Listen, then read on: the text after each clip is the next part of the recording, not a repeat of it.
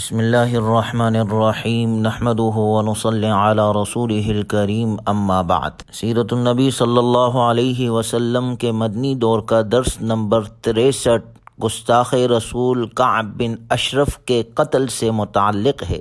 صحیح بخاری میں حضرت جابر رضی اللہ تعالیٰ عنہ سے مروی ہے کہ رسول اللہ صلی اللہ علیہ وسلم نے فرمایا، تم میں سے کعب بن اشرف کے قتل کے لیے کون تیار ہے؟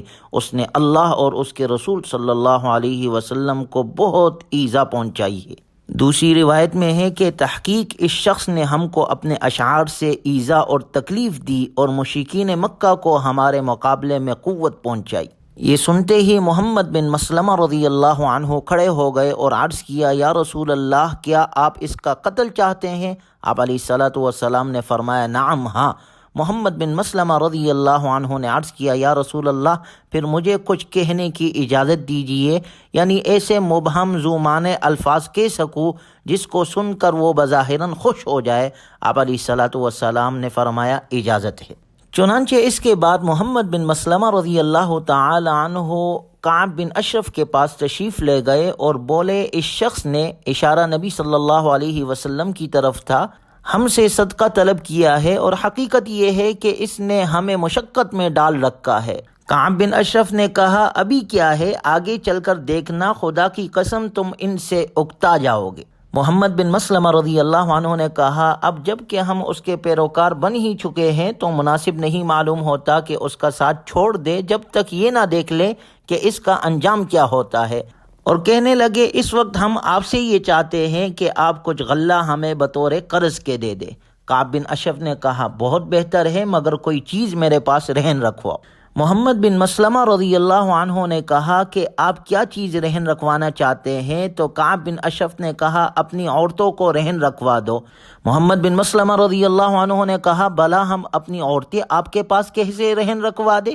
یہ تو اولاً غیرت ہی گوارا نہیں کرتی، پھر یہ کہ آپ نہایت حسین اور جمیل جوان ہے۔ کعب نے کہا، تو پھر اپنے بیٹوں کو رہن رکھوا دو۔ محمد بن مسلمہ رضی اللہ عنہ نے کہا، یہ تو ساری عمر کی عار ہے، لوگ ہماری اولادوں کو یہ طعنہ دیں گے کہ تم وہی لوگ ہو جو 2-3 سیر غلے کے عوض میں رہن رکھے گئے تھے۔ اس کے بعد ان دونوں کے درمیان یہ طے پایا کہ محمد بن مسلمہ ہتھیار لے کر آئیں گے اور وہ رہن رکھوا کر اور پھر غلہ لے جائیں گے۔ چنانچہ یہ بات طے ہو گئی کہ رات کو آ کر ہتھیار رہن رکھوا کر اور پھر اپنا غلہ لے جائیں۔ حسب وعدہ محمد بن مسلمہ رضی اللہ تعالی عنہ اور ان کے ساتھ ابو نائلہ اور اسی طرح 3 ساتھی اور تھے، یہ 5 افراد پر مشتمل جماعت کعب بن اشرف کے قلعے کے پاس پہنچ کر کعب کو آواز دی۔ کعب نے اپنے قلعے سے اترنے کا ارادہ کیا تو بیوی نے کہا، اس وقت کہاں جاتے ہو؟ کعب نے کہا کہ محمد بن مسلمہ اور میرا دودھ شریک بھائی ابو نائلہ، یہ ان کا دودھ شریک بھائی تھا، کہنے لگا، کوئی اور نہیں ہے، تم فکر نہ کرو۔ بیوی نے کہا، مجھ کو اس آواز سے خون ٹپکتا ہوا نظر آتا ہے۔ کعب نے کہا، شریف آدمی اگر رات کے وقت نیزہ مارنے کے لیے بھی بلایا جائے تو اس کو ضرور جانا چاہیے۔ اس اثنا میں محمد بن مسلمہ رضی اللہ تعالیٰ عنہ نے اپنے ساتھیوں کو یہ سمجھا دیا کہ جب کعب آئے تو میں اس کے بال سونگھوں گا، جب دیکھوں کہ میں نے اس کے بالوں کو مضبوط پکڑ لیا ہے تو فوراً اس کا سر اتار لینا، یعنی حملہ کر لینا۔ چنانچہ جب کعب نیچے اتر آیا تو اس خوشبو سے معطر تھا۔ محمد بن مسلمہ رضی اللہ تعالیٰ عنہ نے کہا، آج جیسی خوشبو تو میں نے کبھی سونگھی ہی نہیں۔ کعب نے کہا، میرے پاس عرب کی سب سے زیادہ حسین و جمیل اور سب سے زیادہ معطر عورت ہے۔ محمد بن مسلمہ رضی اللہ تعالیٰ عنہ نے کہا، کیا آپ مجھ کو اپنے معطر سر کے سونگانے کی اجازت دیں گے؟ کعب نے کہا، ہاں ہاں، اجازت ہے۔ محمد بن مسلمہ نے آگے بڑھ کر خود بھی سر کو سونگا اور اپنے رفقا کو بھی سونگایا۔ کچھ دیر کے بعد پھر محمد بن مسلمہ نے کہا کہ آپ دوبارہ اپنا سر سونگنے کی اجازت دیں گے؟ کعب نے کہا، شوق سے۔ محمد بن مسلمہ اٹھے اور سر سونگنے میں مشغول ہو گئے۔ جب انہوں نے کعب بن اشرف کے سر کے بال مضبوطی سے پکڑ لیے تو ساتھیوں کو اشارہ کیا، فوراً سب نے اس کا سر قلم کیا اور یوں اس گستاخ رسول کا کام تمام ہو گیا۔ اس کے بعد صحابہ اکرام رضی اللہ عنہم اجمعین کی یہ جماعت جب جنت البقیع کے پاس پہنچی تو انہوں نے زور سے نعرہ تکبیر بلند کیا۔ یہ رات کا آخری پہر تھا۔ رسول اللہ صلی اللہ علیہ وسلم اس وقت اپنے رب سے مناجات میں مصروف تھے اور نماز پڑھ رہے تھے۔ آپ صلی اللہ علیہ وسلم نے جب ان کا نعرہ سنا تو جواب میں فرمایا اللہ اکبر۔ آپ سمجھ گئے کہ صحابہ اکرام رضی اللہ عنہم اجمعین نے کعب بن اشرف کو ٹھکانے لگا دیا۔ وہ دوڑتے ہوئے آپ علیہ الصلاۃ والسلام کے خدمت میں پہنچے۔ نبی صلی اللہ علیہ وسلم بھی باہر تشریف لائے اور ان کے استقبال کے لیے مسجد کے دروازے پر کھڑے ہو گئے۔ انہوں نے آپ علیہ الصلاۃ والسلام کی خدمت میں سلام عرض کیا۔ آپ صلی اللہ علیہ وسلم نے ان سے فرمایا افلحت الوجوہ، یہ چہرے کامیاب رہے۔ صحابہ اکرام رضی اللہ عنہم اجمعین نے عرض کیا ووجہک یا رسول اللہ، اے اللہ کے رسول آپ کا چہرہ بھی کامیاب رہے۔ اس کے بعد انہوں نے آپ کو اللہ کے دشمن کعب بن اشرف کے قتل کی خبر سنائی۔ آپ صلی اللہ علیہ وسلم نے کعب بن اشرف کے قتل پر اللہ تعالیٰ کی حمد و ثنا بیان کی۔ صبح جب یہود کو اس واقعے کا علم ہوا تو وہ بہت خوفزدہ ہو گئے، اور جب صبح ہوئی تو یہود کی ایک جماعت آپ علیہ الصلاۃ والسلام کی خدمت میں حاضر ہوئی اور عرض کیا کہ ہمارا سردار اس طرح مارا گیا۔ آپ صلی اللہ علیہ وسلم نے فرمایا وہ مسلمانوں کو طرح طرح سے ایذائیں پہنچاتا تھا، وہ لوگوں کو ہمارے قتل پر برانگیختہ اور آمادہ کرتا تھا۔ یہ سن کر یہود خاموش ہو گئے اور کوئی جواب نہ دے سکے۔ اس کے بعد آپ علیہ الصلاۃ والسلام نے ایک عہد نامہ لکھوایا کہ یہود میں سے آئندہ کوئی اس قسم کی حرکت نہ کرے، گویا جو شخص بھی ایسا کرے گا تو اس کے لیے تلوار ہی ہوگی۔ یوں ایک مدت کے لیے رسول اللہ صلی اللہ علیہ وسلم نے بیرون مدینہ سے پیش آنے والے ممکنہ خطرات کا سامنا کرنے کے لیے یکسو ہو گئے، اور مسلمان ان بہت سی اندرونی مشکلات سے بچ گئے جن کا انہیں اندیشہ تھا اور جن کی بو گاہے گاہے وہ سونگتے رہتے تھے۔ غور کیا جائے تو کعب بن اشرف کے قتل میں متعدد عبرتیں، اسباق اور حکمتیں ہمیں ملتی ہے کہ رسول اللہ صلی اللہ علیہ وسلم نے اسلام اور حکومت اسلامیہ کے دشمنوں سے کیسے سلوک کیا۔ اس سے یہ بات تو روز روشن کی طرح آیا ہے کہ عہد شکن انسان کی سزا قتل ہی ہے۔ آپ صلی اللہ علیہ وسلم نے یہی فیصلہ فرمایا ایسے شخص کے لیے، اور اس سے یہ بات بھی واضح اور ثابت ہو گئی کہ جو شخص معاہد ہو کر پیغمبر صلی اللہ علیہ وسلم کو گالی گلوچ کرے اور آپ علیہ الصلاۃ والسلام کی ہجو کرے، آپ علیہ الصلاۃ والسلام کی دل آزاری کرے، تو ایسے بدبخت کی سزا قتل ہی ہے۔ اور کعب بن اشرف چونکہ گستاخ رسول تھا، اس کے ساتھ یہی سلوک ہوا۔ اسی وجہ سے کہا جاتا ہے گستاخ رسول کی سزا سر تن سے جدا۔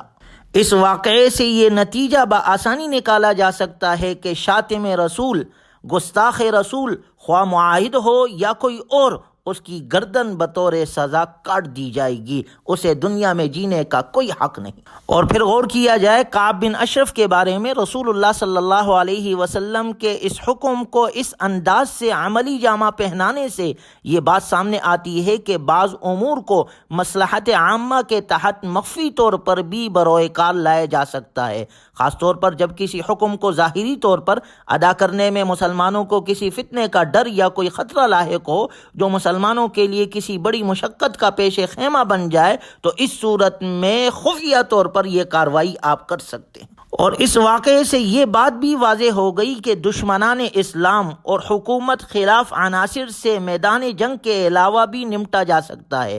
گناہ سے بچتے ہوئے ہر طریقے سے دشمن کو ختم کیا جا سکتا ہے۔ مسلمانوں کے خلاف جنگ کے شعلے بھڑکانے والے اور ایسے گستاخان رسول کو کیفر کردار تک پہنچانے کے لیے ہر طریقہ اختیار کیا جا سکتا ہے جو شریعت کے اصول کے خلاف نہ ہو۔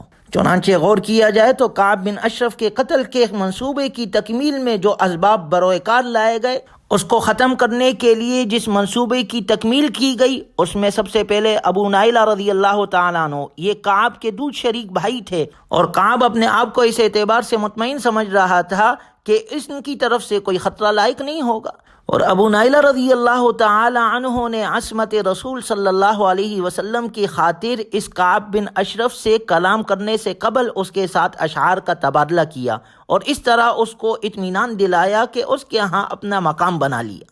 اور پھر صحابہ اکرام رضی اللہ عنہم اجمعین کی حکمت عملی دیکھے، کعب سے اس وقت تک گفتگو نہ کی جب تک کعب کو قلعے سے باہر نہ نکلوا لیا، اور کچھ دیر تک اس سے گفتگو کرتے رہے حتیٰ کہ وہ ان سے مانوس اور مطمئن ہو گیا، اور یہ سب کچھ کامیابی کے ذرائع بروئے کار لانے کے لیے تھا، وگرنہ اگر وہ وہیں رہتا تو راز کھل بھی سکتا تھا، لہٰذا ان کا اسے تنہا کر کے اس سے گفتگو کرنا انتہائی اہمیت کا حامل تھا۔ اور پھر محمد بن مسلمہ رضی اللہ تعالیٰ عنہ کی طرف سے جنگی چال کے تحت رسول اللہ صلی اللہ علیہ وسلم سے اکتاہٹ کا اظہار، آپ کی طرف ظلم و زیادتی کی نسبت اور آپ صلی اللہ علیہ وسلم کی عیب جوئی نے کعب کو مطمئن کر دیا، اور پھر اس کے پاس اسلحہ رہن رکھنے کی رائے انتہائی مناسب تھی تاکہ اسلحہ ساتھ لانے سے وہ شک اور شبہ میں مبتلا نہ ہو جائے۔ اس طرح وہ کعب کے پاس اسلحہ لا سکتے تھے، اور جب بھی اس سے ملاقات ہوتی یہ اسلحہ استعمال کر سکتے تھے۔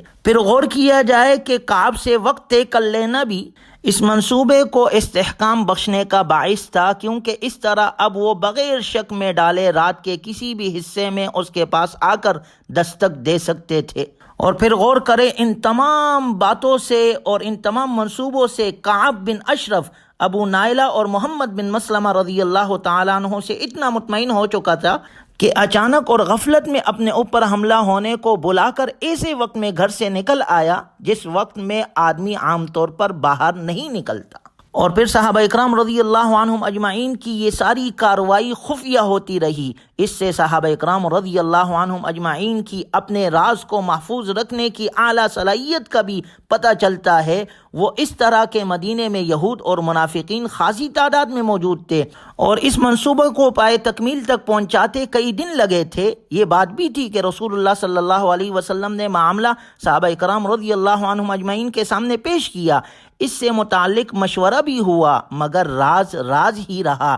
صحابہ اکرام رضی اللہ عنہم اجمعین کی قوت ایمانی اور اپنے دین کے ساتھ اخلاص کی یہ نمایاں دلیل تھی، اور رسول اللہ صلی اللہ علیہ وسلم سے یہ سچی محبت اور عقیدت تھی۔ اللہ تبارک و تعالی ہمیں بھی اپنے نبی صلی اللہ علیہ وسلم سے سچی محبت اور عقیدت نصیب فرمائے۔